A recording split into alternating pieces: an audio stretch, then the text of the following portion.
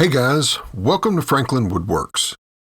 In my last video, I showed you how I mounted the fuel filler tube on the wooden bed of my truck.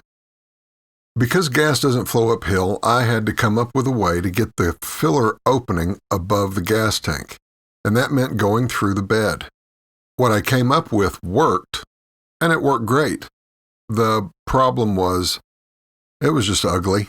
And even though I was going to remake the mounting plate to match the bed better, it was still going to be ugly and generally just look out of place. So I had an idea, and this worked out even better. I simply swapped the two side boards on the side, mounting the board with the cutout for the filler tube on the top. Because I couldn't alter the shape of the filler tube itself, I had to make certain allowances in order to accommodate a different way of mounting the filler tube.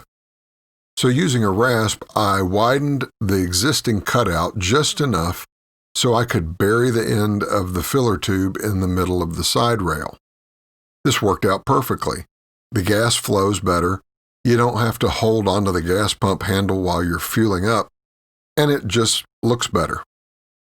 When I replaced the existing 3/4 inch thick side rails with 1.5 inch thick ones, and I clean up the gas cap and all the other exposed areas of the filler tube, I think this is going to look great.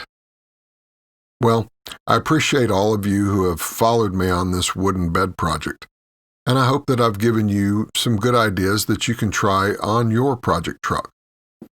Thanks for watching, and there you go.